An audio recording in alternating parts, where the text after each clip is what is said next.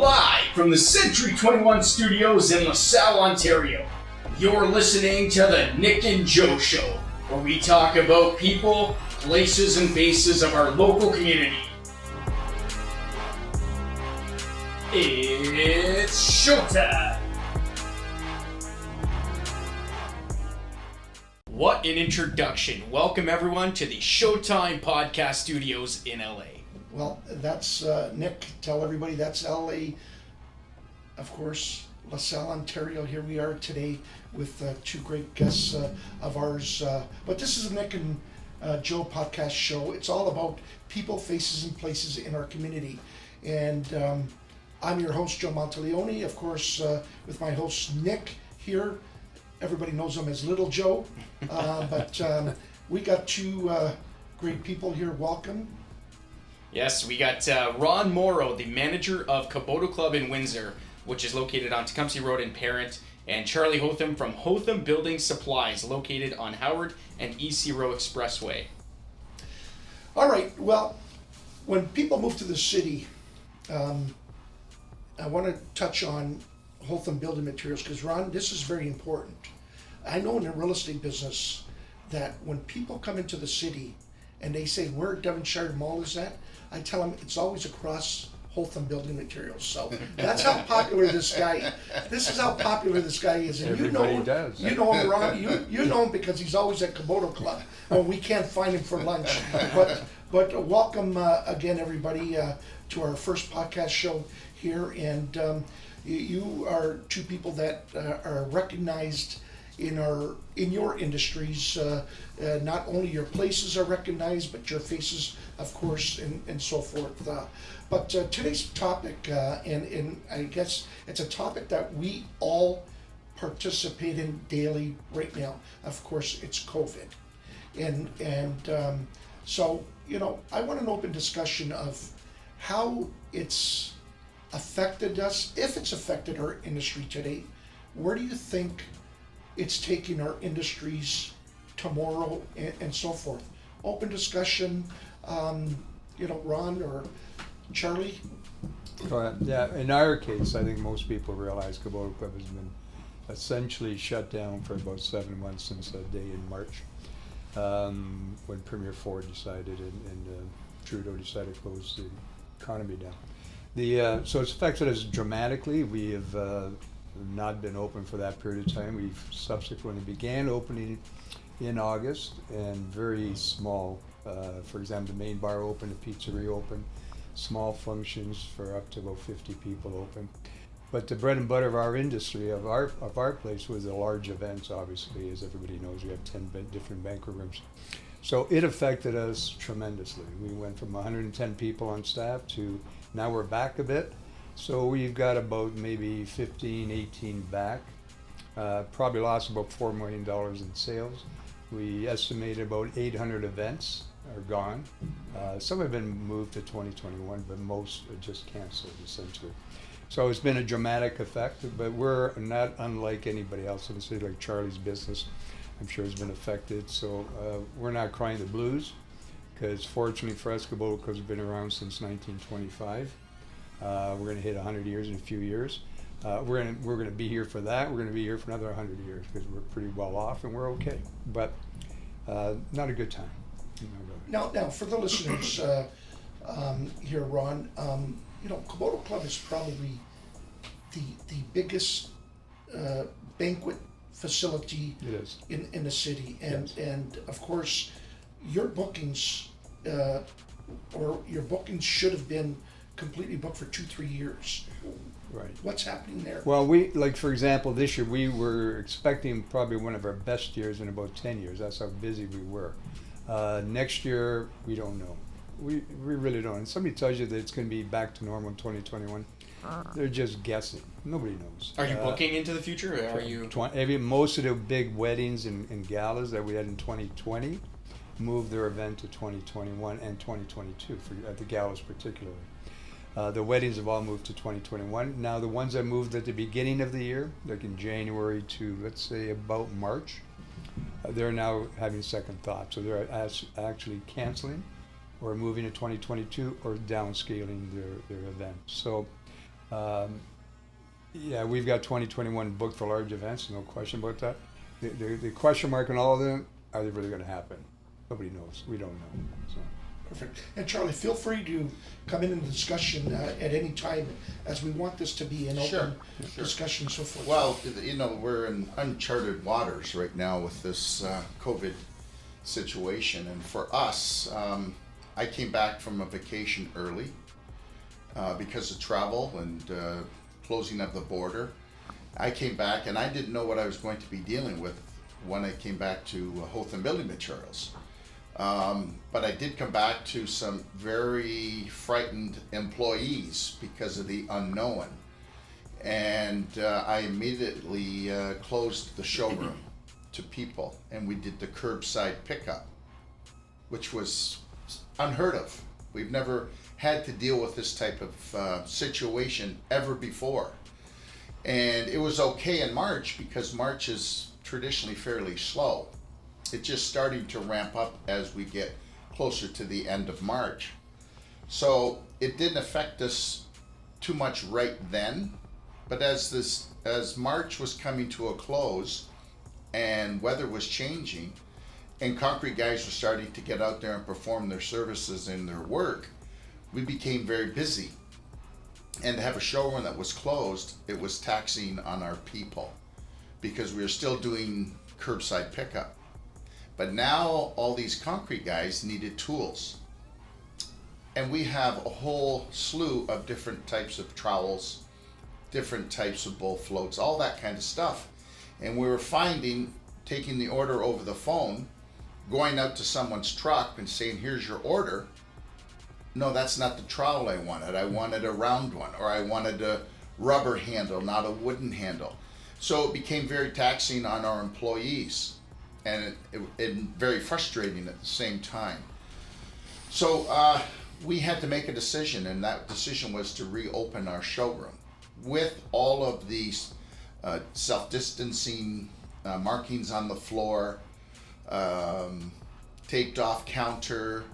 So we did all the proper procedures to protect our employees and certainly protect our customers. But being uncharted waters, we didn't know what was going to happen.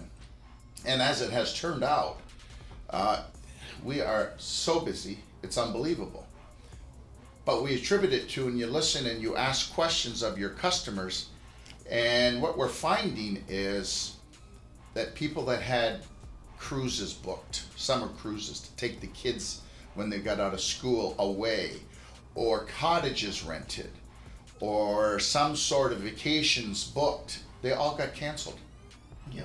So now they have this newfound money.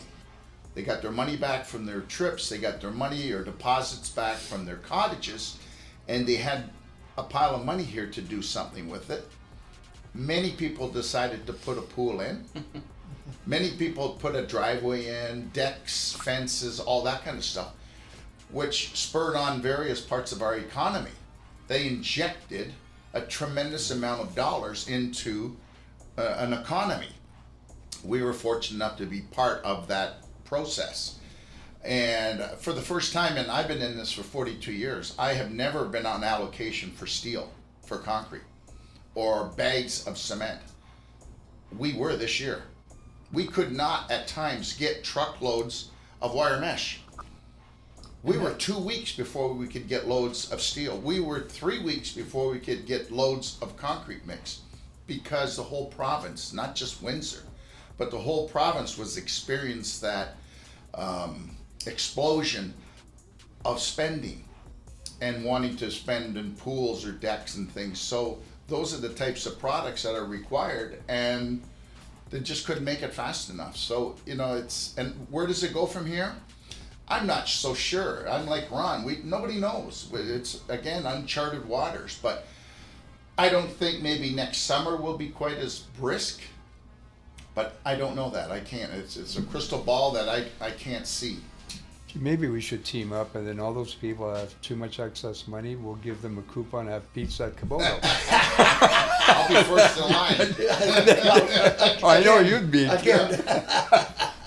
You're always welcome. Ron, you know Ron that, Charlie. you have to miss Charlie though. You know, it was our Friday ritual, I know. pizza and beer, and you haven't seen us now in a while. But you guys didn't eat or drink too much. I know that. So you're very responsible. yeah. So. You know, there was a funny story. I happened to be in the yard one day, and we had a shipment of bags of concrete finally come in. And I said to the driver, I said, "Oh, we're back in the concrete business. Finally, we've been waiting for days for you to come in here with this truckload of cement." And he said, "I'll tell you a funny story." He said he was making a delivery earlier in the week to a small town. I can't remember where the town was, but in Ontario. And he said I think it was a hardware store that he had to make his delivery to the customer. And in order to get to this hardware store, he had to go down the main street. And then the hardware store was just off of the main drag. So he says, I'm driving down Main Street in this small little town. And he said, by the time I got to the destination of the hardware store, there were 6 pickup trucks that had seen him, and they all were following him to the hardware store. So he said whether they were all in the coffee shops or having breakfast, before he said I got to the hardware store and make the turn into the yard, there were 6 pickup trucks waiting for pallets and bags of cement to be unloaded so they can go and do some work. That's crazy. That's It's across the board all over the province. Now, was there a shortage of food products? No, Ron, or- because our industry essentially shut down for that period of time. So there wasn't a shortage of any products at all. There's the cost went up substantially because of the COVID, but you learn to live with that. You try not to pass it on to the customer. We didn't. We decided we would not raise our prices at all and maintain the prices that we had before COVID. And I think our customers appreciated that. So, but shortage of food, no. Now, in the banquet business right now, what are your limitations of people and stuff like that? What is it? Right. 25 people or? No, protocols right now haven't changed for the Windsor area. Some places up in the GTA, things like that, in Peel and whatever, in Ottawa, they've changed. But in our area, it hasn't. Still 50 per room we're allowed to have for the small banquets. And of course, our pizzeria and our main bar is open, and that's 50 plus or so. So that we can have small functions, and as you know, we've got 10 rooms at Caboto, 10 halls. So those smaller ones, which are about 4 or 5 of them, we can put 40 to 50 people in. Like this weekend, we got a couple of them each day, so it's not bad. So there are some protocols we have to still follow, and we're limited, but it's about 50 per room. What are you doing with the larger halls? Is there modifications to, or plans of possible modifications? Yeah, I mean, there may be in the future if this doesn't change a lot, because right now we've probably got 17,000, probably 25,000 square feet of banquet halls on the upper level that we really can't use yet until the protocols change. And so as soon as the government, in their wisdom, sees you can have more than 50 people in a room and be self-distancing properly and be safe, maybe like Walmart, or Costco, where you can have hundreds and hundreds of people and not a problem. Yeah. Maybe they'll understand that in the private sector, facilities like ours can also use the same kind of concept and be responsible and make sure we keep everybody safe, and yet have a larger group of people, which we can. If you've got, like for example, you've got a room where you might have been at the autism banquet and there's 1,200 people in the room, I would guess that you could put a couple hundred people in there and still be safe and distant properly and 6 feet apart, and instead of 10 people per table, maybe only 6, and do that bubble concept. But at the moment, that protocol is not allowed. Yeah, because then you get into the element of dancing and that kind of thing. So that's when it becomes challenging too. The dinner component's probably easier because you can manage that, and it's a set thing, right? Where people are just seated.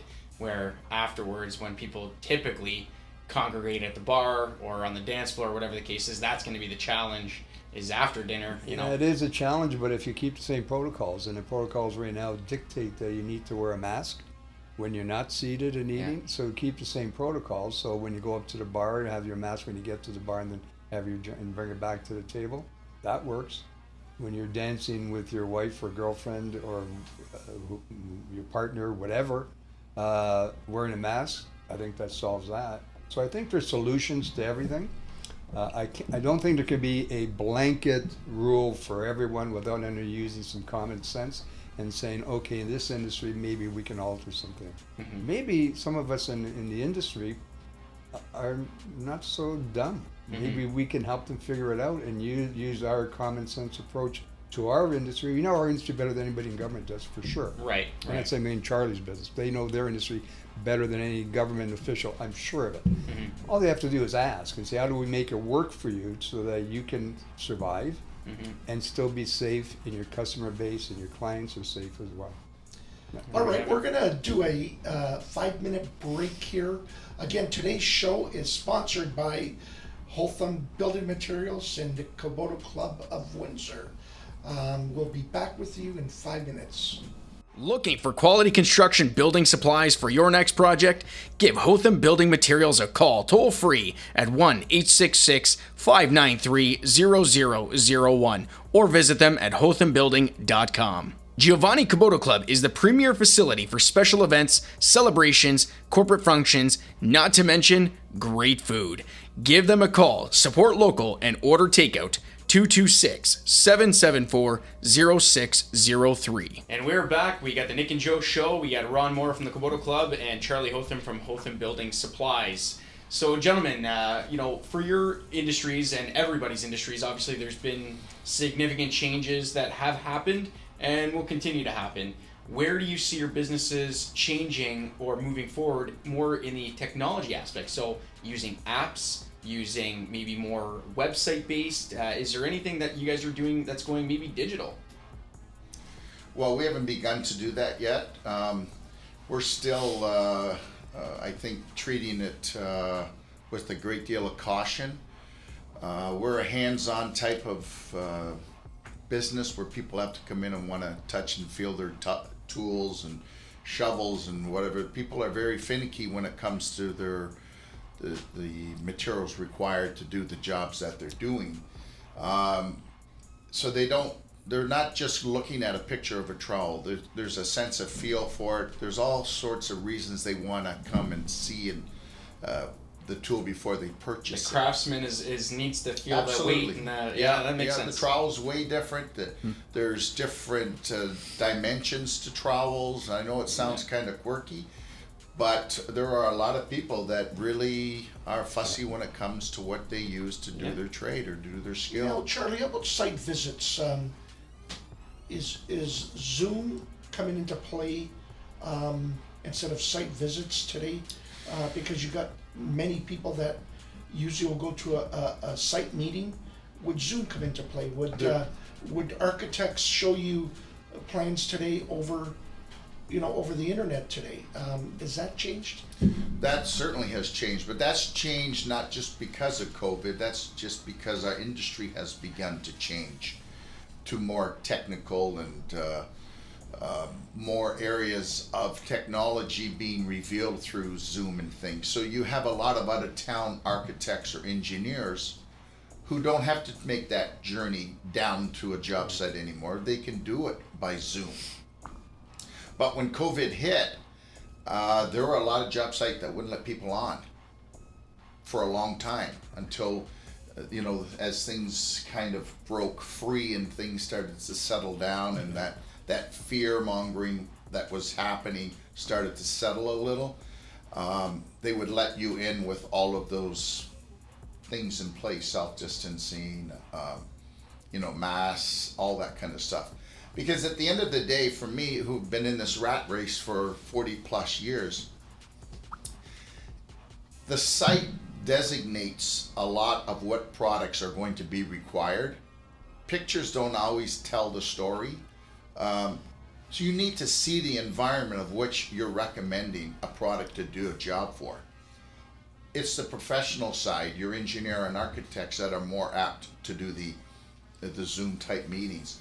But for guys like me to make a recommendation, there's more than just a pic that I need to see. I need to see what we're looking at. Are we close to water? Are we dealing with wind? Are we dealing with different elements before I make a recommendation? So I have to see the job, and I'm old school. I want to see the job. I feel more comfortable after seeing it before I make a recommendation. So There's a little bit of both going on. I'm old school, so I still do it that way.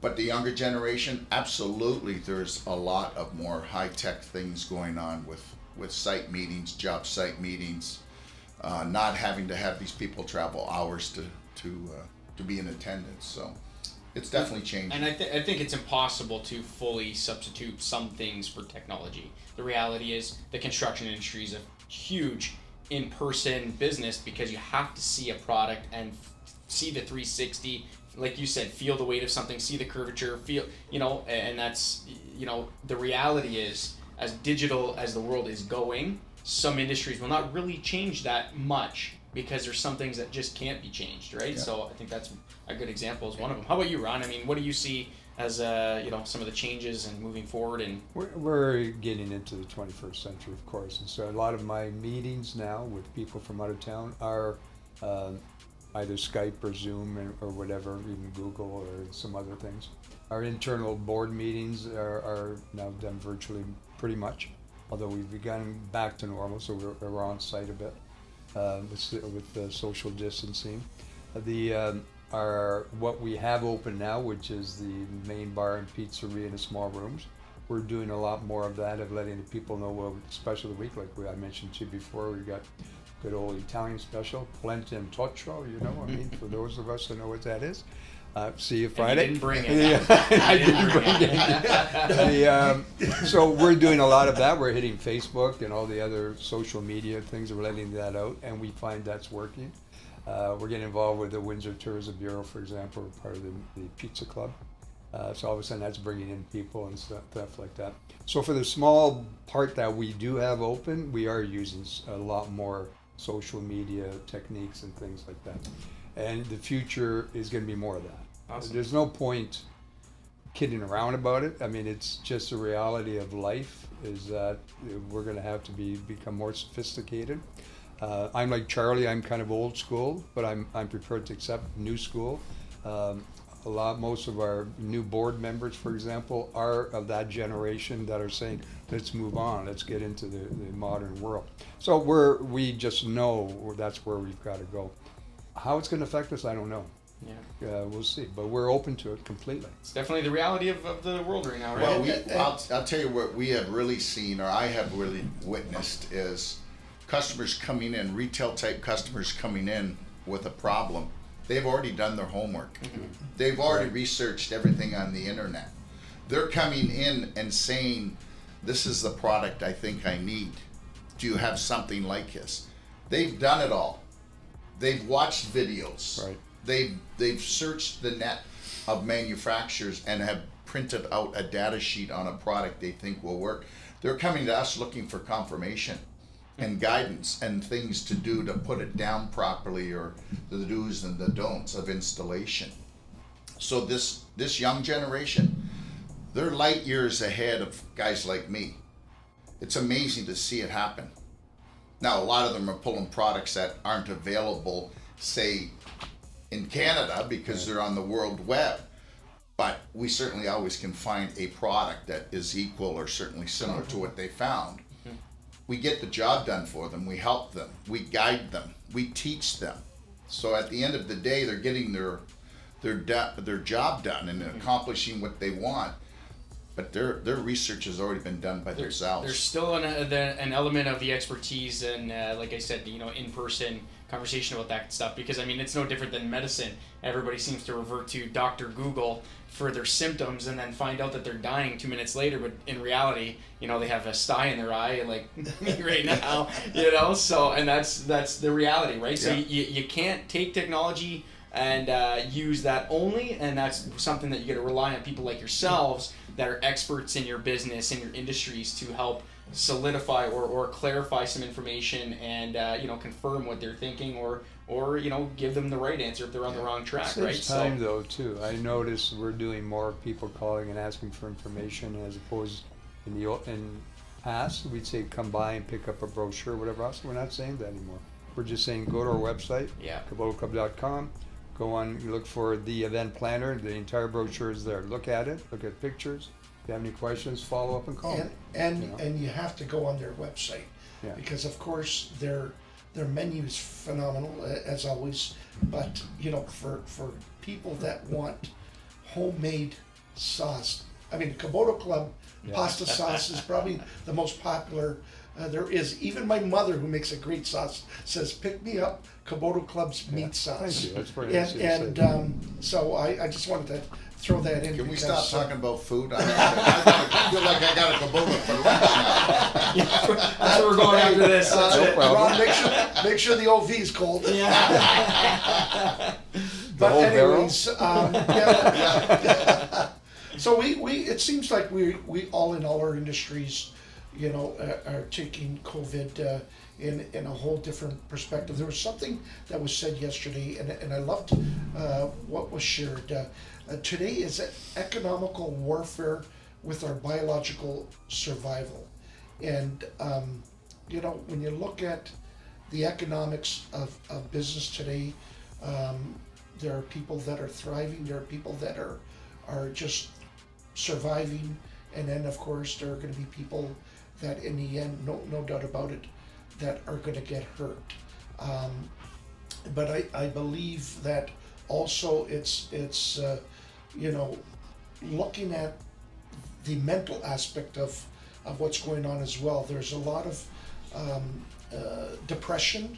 They say that there's a rise in suicides and all that. So I think that there's beyond just an economic situation that has occurred. We just hope that this thing doesn't last long, and that hopefully one day business does come back to normal, even, you know, for the ones that are not being affected.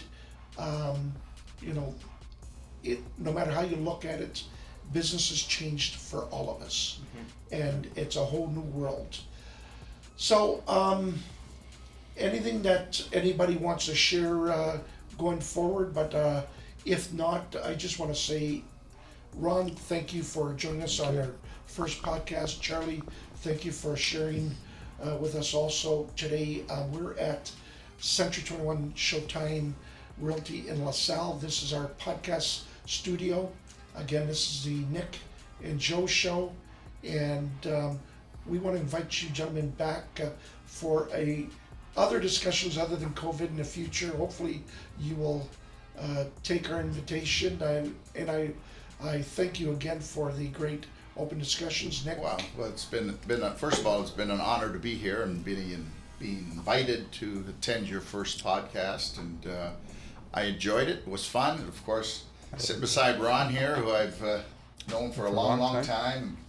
It was a pleasure to be here with Ron too. So I want to say thank you, Nick. Thank you, Joe, for this opportunity, and I'll look forward to the next opportunity to do it again. Yeah, Perfect. let me echo that for Charlie. We've been friends for a long time, but you guys did a great job. I didn't know what to expect today. I don't think Charlie did either. You had good espresso, which is a good start. The fact your setup here and your staff, the way you set up is remarkable and very first class. So congratulations. Thank you. And Thank you for very much, many gentlemen. more of these. Thank you. Thank you. There you go. And if you'd like to share your story or place or face, please send us an email to marketing@c21showtime.ca. We'll be happy to host you on our next podcast show. And as we always end up, no matter what we do, it's showtime, It's baby. showtime. Thank you.